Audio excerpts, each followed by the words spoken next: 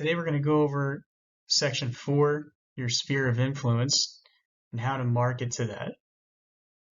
So how do you know if somebody's part of your sphere of influence? Well, you want to think about that person that you know and decide if they are able to recognize you by your face if they were to see you in a public place. If they're able to do that, then I would consider them a contact and add them into the database. You also want to make sure that you have the person's name, email, address, and phone number. If you have their name and phone number, that's okay.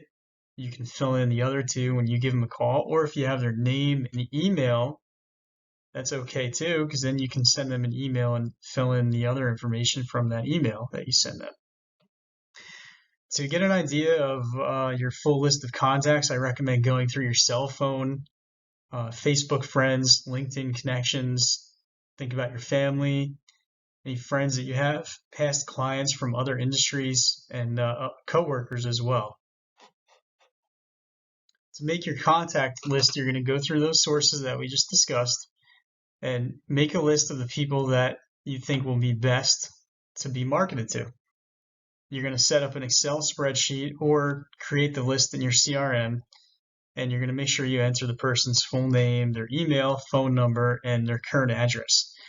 And again, if you're missing some information, fill in what you have, and the missing information will be taken care of during your quarterly call. Now that you have your contacts in a centralized list, you can basically call that your database and start marketing to them.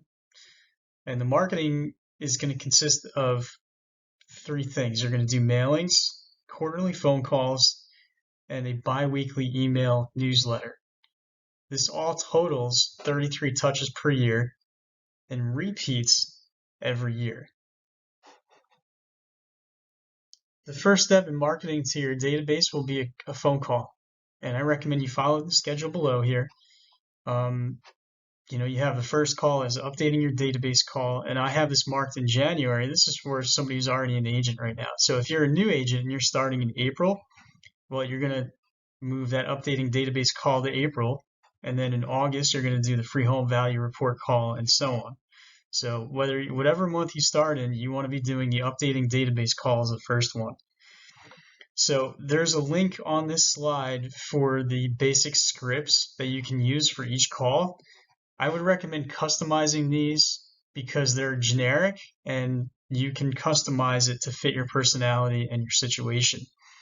Also, if you're a new agent, before you get into updating the database with the contact information, you want to let them know that as an intro that you're now a licensed realtor associate with Avalon Real Estate Group and that you're there to assist with any real estate needs when they may arise. Then you can proceed to confirm that the contact information is correct or fill in any missing contact information that you may not have. The next part of marketing to your sphere is mailings. And no matter what you might be thinking, mailings are not outdated and they're an excellent way to round out your approach because we've already discussed calling people. So if somebody misses your call or maybe they get a voicemail from you but you never talk to them, they're also going to get something in the mail. So this is another step that solidifies you as the agent that comes to mind when they need to do something real estate related.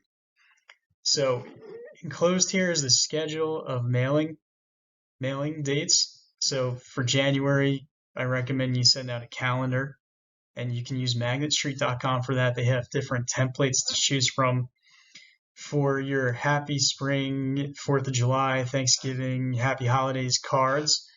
You can use sendoutcards.com. They send a very nice greeting card in an envelope. It looks very unique. Or if you want to save some money, you can go to Foundation Title and have them send out postcards for each of the required mailings on here. The prices on here are based on a list of 100 contacts. Now it's going to vary if you have more or less, but that's more or less how much it'll cost per 100 contacts. The last piece of marketing to your sphere is the bi-weekly email, and you should start getting that scheduled immediately. You should be scheduling each biweekly email about 1 month in advance as you proceed throughout the year. And I recommend that you subscribe to fastnewsletters.com in conjunction with MailChimp. Fast newsletters, they provide you with a customized newsletter, and they're only about $14 a month. They basically write the content, customize it with your name, your picture, and your contact information, and then you upload it to MailChimp and schedule when you want it to go out. MailChimp is free if you have less than 1,000 emails. So another thing you want to do is make sure that you upload all of your contacts' emails to MailChimp and maintain that list on a monthly basis. Anybody that you talk to and you get a new email or a new contact, you're going to add them into the database there. So to summarize the next steps, you're going to start working on your database of contacts right away.